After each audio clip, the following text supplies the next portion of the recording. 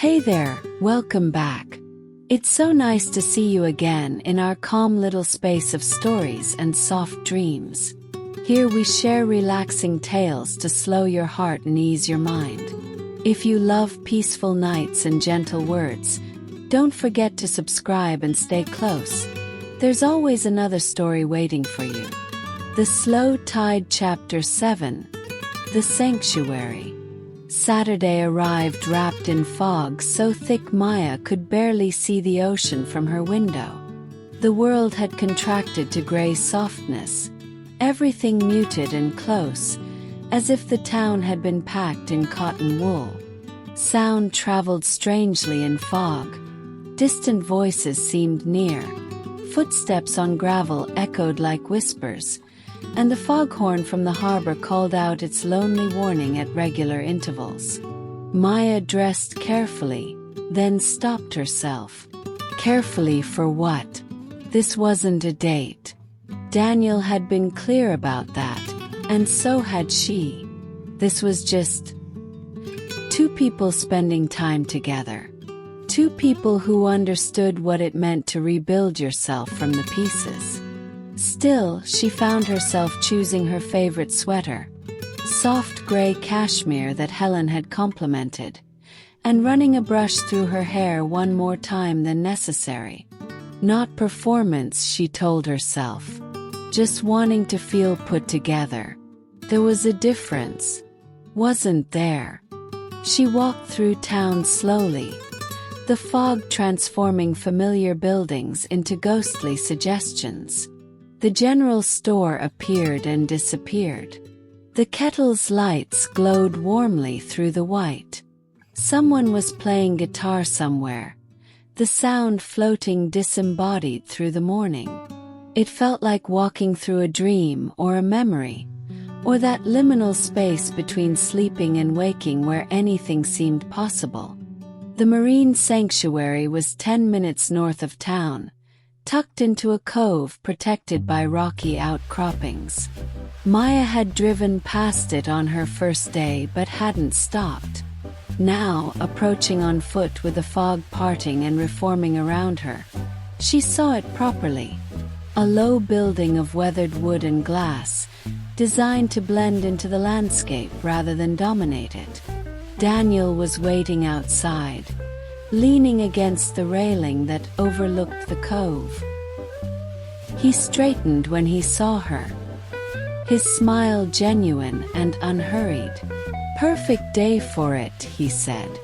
"The fog makes everything feel secret, like we're the only people in the world. Is it always this thick? This time of year?" "Often. It burns off by afternoon, usually. But I love mornings like this.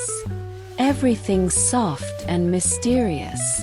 He gestured toward the entrance. "Come on. Let me introduce you to my favorite residence." Inside, the sanctuary was dim and peaceful, designed to minimize stress on the animals. Tanks lined the walls, each one a carefully maintained ecosystem. Soft lighting illuminated the water from below, casting shifting patterns on the ceiling. The sound of filtering systems provided a gentle background hum, almost meditative. "This is our rehabilitation area," Daniel explained, leading her past several smaller tanks. "We get injured sea animals. Seals, sea lions, sometimes sea turtles. We treat them, help them recover, release them when they're ready. Right now we have 2 harbor seals and a sea lion pup." He stopped in front of a larger tank where a young seal floated, watching them with dark, curious eyes. Its whiskers twitched, and it made a soft sound, part bark, part sigh. "This is Charlie," Daniel said. "Found her tangled in fishing line 2 months ago.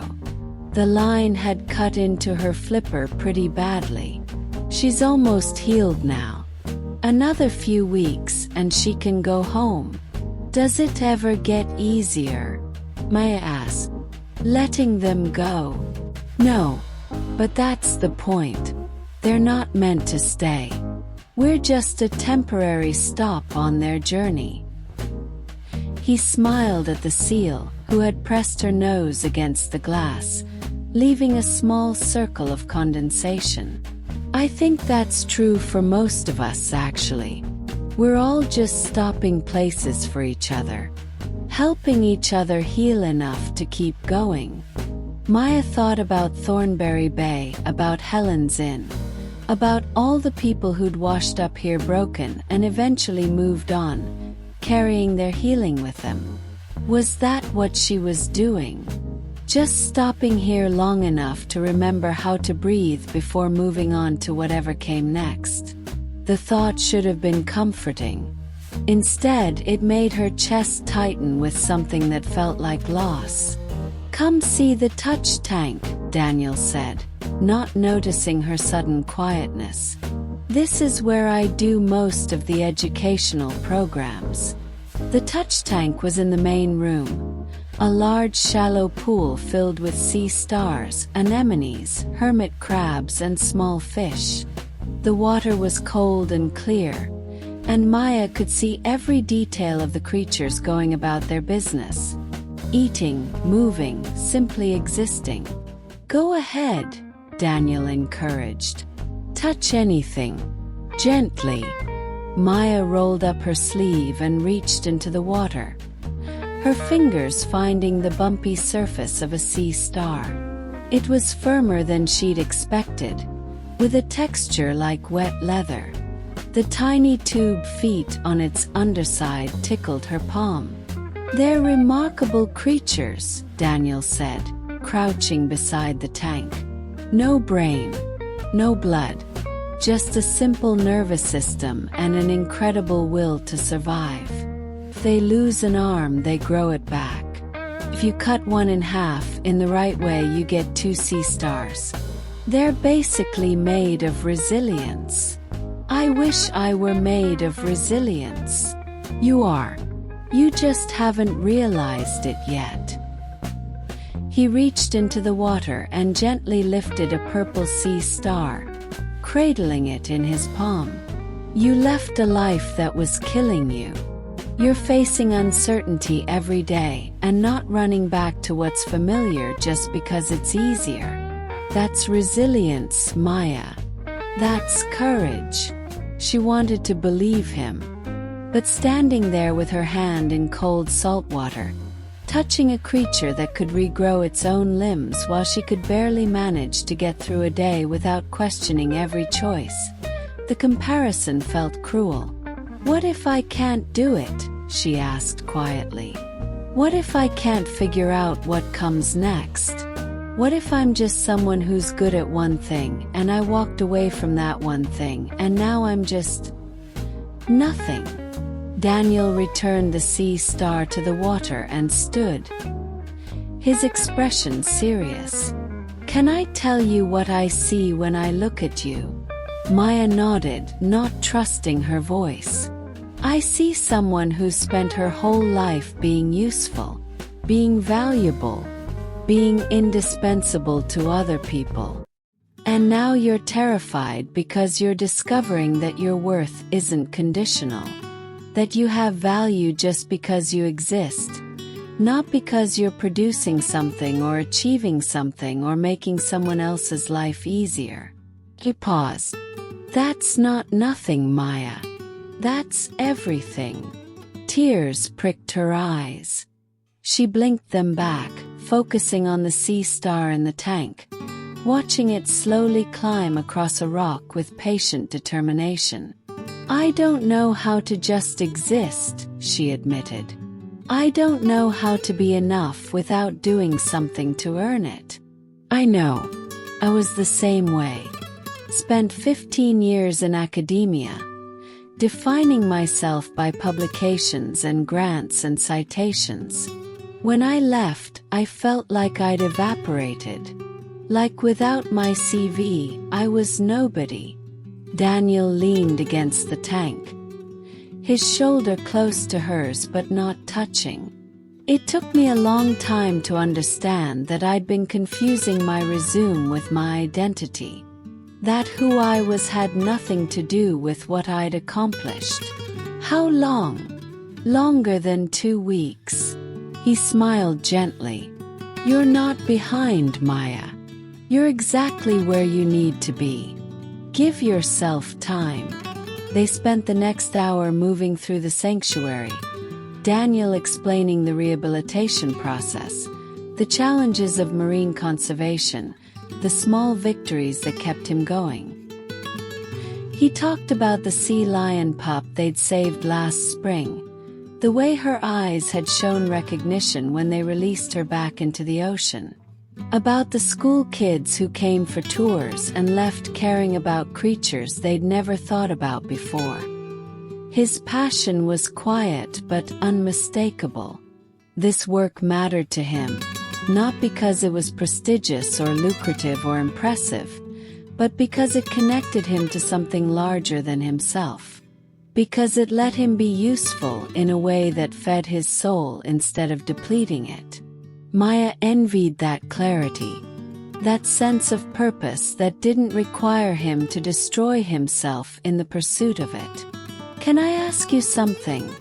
she said as they stood watching a sea turtle glide through its tank, ancient and serene. "Always. Do you ever regret it? Leaving research? Giving up tenure and grants and all of that?" Daniel was quiet for a long moment, watching the turtle complete its slow circuit. "Sometimes. Usually at 3 a.m. when I can't sleep and my brain decides to remind me of everything I gave up. The security, the prestige, the clear career trajectory." He turned to face her. "But then morning comes, and I wake up without that feeling of dread in my stomach. And I come here and spend my day with creatures who don't care about my publication record. And I realize I'm happier now than I ever was when I was successful." "No, not really. Not in the ways that matter." "How do you know what matters?" "I don't. Not completely. I just keep asking myself, does this make me feel more alive or more dead? Does this feed me or drain me? Does this connect me to the world or isolate me from it?" He smiled. "The answers aren't always what I expect, but they're usually honest." They walked outside, where the fog had started to thin, revealing glimpses of blue sky beyond. The sun was fighting its way through, turning the fog golden and luminous. Down in the cove, the water was perfectly still, reflecting the brightening sky. "Thank you," Maya said, "for this, for seeing me, for not trying to fix me. You're not broken. You're just becoming something new. There's nothing to fix." Daniel's expression was warm but not pitying. Understanding without agenda. "Though I'm happy to be a witness to the becoming if you want company sometimes." "I'd like that." They stood at the railing, watching the fog dissipate, revealing more of the coastline with each passing minute. Maya felt something settle in her chest. Not answers exactly, but a kind of acceptance. She didn't need to have everything figured out. She just needed to keep showing up, keep asking honest questions, keep being brave enough to not know. "Can I show you something?" Daniel asked suddenly. "Sure." He led her down a path that wound along the cliff edge, past the sanctuary building to a small deck built out over the rocks. Below, seals basked in the emerging sunlight, their bodies sleek and dark against the pale stone. They called to each other, sounds that were part bark, part song, utterly at ease in their seal nests. "I come here when I need to remember," Daniel said. "That life doesn't have to be complicated. That sometimes the point is just to be what you are, without apology or explanation. Maya watched the seals, their simple existence, their complete lack of self-consciousness.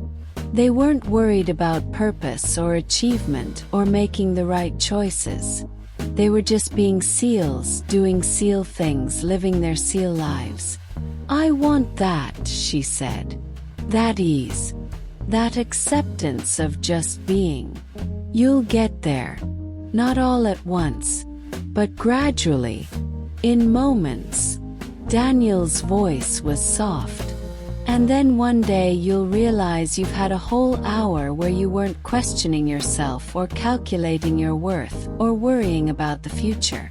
You were just present. And those hours will start to add up until they're days. And then maybe whole weeks. Is that what happened to you?" "Eventually. It's still a practice. Some days are easier than others. But yeah, I have whole weeks now where I just am. Where I wake up grateful instead of anxious. Where I go to bed satisfied instead of mentally reviewing everything I didn't accomplish." He turned to her. "You'll get there too, Maya. I can see it happening already." "How?" "You smile more. You move differently. Less like you're perpetually late for something and more like you actually inhabit your body. You notice things, the light, the water, small details most people miss." He paused. "You're coming back to yourself. It shows." Maya felt tears slip down her cheeks, but this time she didn't wipe them away. They were tears of release, of recognition, of the kind of being seen that felt both vulnerable and safe. "Can I hug you?" she asked. "Is that weird?" "Not weird at all." She stepped into his arms, and he held her carefully, like something precious and breakable but also strong enough to survive. They stood there while the fog finished burning off and the seals called and the ocean whispered below. Two people learning how to be whole, finding comfort in not being alone in the learning. When they finally pulled apart, the sun was fully out, turning everything bright and clear. The world had emerged from its gray cocoon, revealed and renewed. "I should get back," Maya said. "I told Helen I'd help with dinner prep. Apparently it's pasta night and she needs someone to chop vegetables." "That sounds nice. Simple." "It is." Maya smiled. "That's what I'm learning. That nice and simple can be enough.